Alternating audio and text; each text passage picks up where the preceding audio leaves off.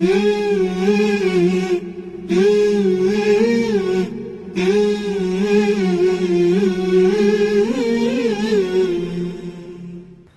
اللہ الرحمن الرحیم۔ میرے محترم بھائی اور دوستو، آج کی اس نشست میں علم دین کی اہمیت اور ضرورت کے حوالے سے بات کرنی ہے۔ میرے محترم بھائی اور دوستو، اسلام نے علم حاصل کرنے پر بہت زور دیا ہے۔ اللہ رب العزت قرآن مجید میں ارشاد فرماتے ہیں، قل هل يستوي الذين يعلمون والذين لا يعلمون، کہ کیا وہ لوگ جن کے پاس علم ہے اور وہ لوگ جن کے پاس علم نہیں ہے، کیا یہ دونوں آپس میں برابر ہو سکتے ہیں؟ تو اس بات کو سمجھانے کے لیے ایک دو اور مثالیں دیں کہ کیا روشنی اور اندھیرا یہ آپس میں برابر ہو سکتے ہیں؟ کیا آنکھوں والا جو دیکھ سکتا ہے وہ اور دوسرا شخص جس کے پاس آنکھیں نہیں، نابینا ہے، کیا یہ دونوں آپس میں برابر ہو سکتے ہیں؟ تو جس طرح آنکھوں والا اور اندھا برابر نہیں ہو سکتے، جس طرح روشنی اور اندھیرا یہ دونوں آپس میں برابر نہیں ہو سکتے، بالکل اسی طرح علم والا اور وہ شخص جس کے پاس علم نہیں ہے، یہ دونوں آپس میں برابر نہیں ہو سکتے۔ ان دونوں میں زمین آسمان کا فرق ہے کہ اگر کسی انسان کی قیمت ہے تو وہ علم کی وجہ سے ہے۔ جس کے پاس علم زیادہ ہوگا وہ اتنا ہی زیادہ باکمال ہوگا، اور جس کے پاس علم نہیں ہوگا تو وہ اس کا مقام اور درجہ اسی اعتبار سے نیچے ہوگا۔ تو اس اعتبار سے علم کی فضیلت اور اہمیت کو اجاگر کرتے ہوئے اس کے لیے اتنا ہی کافی ہے کہ اللہ رب العزت نے جو پہلی وحی نبی مکرم صلی اللہ علیہ وسلم کی طرف بھیجی، اس میں فرمایا اقرأ بسم ربک الذی خلق، کہ پڑھو اس ذات کے نام سے جس نے تمہیں پیدا کیا۔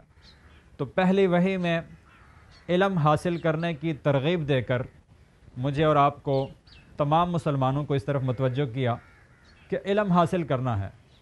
علم ہی سے انسان کو پتہ چلتا ہے کہ صحیح کیا ہے اور غلط کیا ہے، اور کیا جائز ہے کیا ناجائز ہے، کیا حلال ہے کیا حرام ہے۔ ان چیزوں کا پتہ علم ہی سے چلتا ہے۔ جب انسان علم حاصل کرتا ہے تو اسے پتہ چلے گا کہ کیا ٹھیک ہے کیا غلط ہے۔ تو اسی بات کی اہمیت کو سمجھاتے ہوئے نبی مکرم صلی اللہ علیہ وسلم نے ایک حدیث مبارکہ میں ارشاد فرمایا، طلب العلم فریضۃ علی کل مسلم، علم کا حاصل کرنا ہر مسلمان پر فرض ہے، چاہے وہ مرد ہو چاہے عورت ہو، جو بھی ہے علم حاصل کرنا مرد پر بھی فرض ہے اور عورت پر بھی فرض ہے کہ علم حاصل کیا جائے۔ تو علم سے مراد جتنا بھی جو بھی علم ہو، دنیاوی اعتبار سے ہم دیکھتے ہیں کالج یونیورسٹیوں کے اندر کہیں بایو ہے، کہیں فزکس ہے، کہیں کیمسٹری ہے، کہیں میتھ ہے، اور دیگر علوم اور دیگر فنون وہاں پر سکھائے جاتے ہیں۔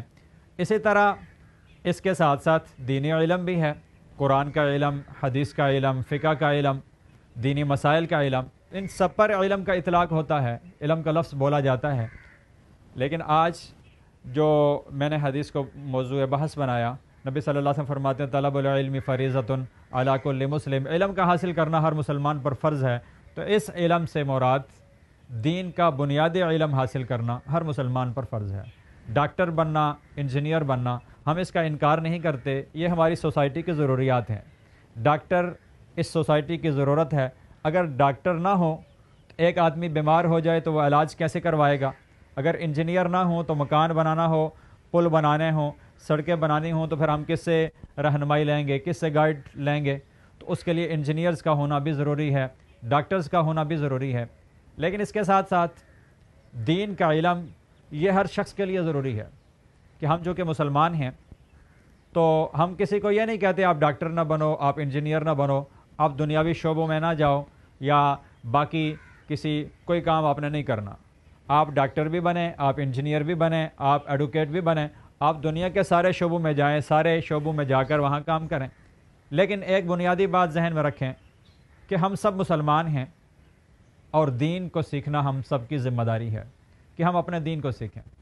آج جب ہم سوسائٹی میں دیکھتے ہیں کہ بہت سارے ایسے لوگ ملتے ہیں جو مسلمانوں کے گھر میں پیدا ہوئے، جن کی ماں بھی مسلمان اور باپ بھی مسلمان، اور ان کے پاس دنیاوی اعتبار سے بڑی بڑی ڈگریاں ہیں۔ میں نے خود کئی کالج کے یونیورسٹی کے نوجوانوں سے پوچھا دین کے بارے میں، ان کی دینی معلومات اتنی کمزور ہیں کہ دین کی بنیادی باتیں تک نہیں جانتے۔ مثلا غسل کے مسائل کیا ہیں، وضو کے مسائل کیا ہیں، نماز کے مسائل کیا ہیں، اور دیگر جو بنیادی باتیں ہیں جو ہمارے دین کی بنیاد سمجھی جاتی ہیں، ان باتوں تک کا ہمارے کالج یونیورسٹی کے نوجوانوں کو نہیں پتہ۔ تو اس طرف توجہ کرنے کی ضرورت ہے کہ ہم دنیا بھی حاصل کریں، اپنے کالج میں پڑھیں، اپنی یونیورسٹی میں پڑھیں، اور اس کے ساتھ ساتھ دین کا علم بھی حاصل کریں، کہ دین کا علم حاصل کرنے کو فرض قرار دیا گیا ہے۔ نبی صلی اللہ علیہ وسلم فرمایا طلب العلم فریضۃ علی کل مسلم، کہ علم کا حاصل کرنا فرض ہے۔ اس سے کیا مراد ہے؟ اس سے مراد دین کا بنیادی علم ہے، کہ دین کا بنیادی علم حاصل کرنا یہ ہر مسلمان پہ فرض ہے۔